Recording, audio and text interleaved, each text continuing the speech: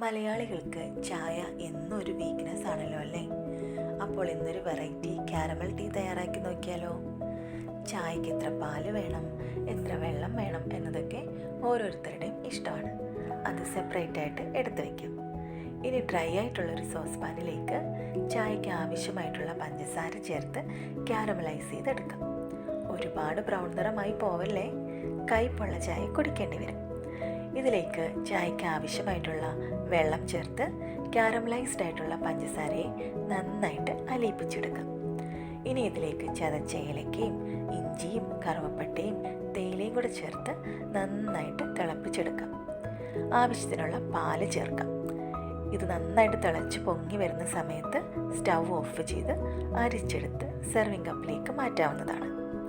അപ്പോൾ നമ്മുടെ caramel tea ഇവിടെ റെഡി ആയിട്ടുണ്ടേ. വളരെ ടേസ്റ്റിയും ഹെൽത്തിയുമാണ്. എല്ലാവരും ട്രൈ ചെയ്ത് നോക്കണേ.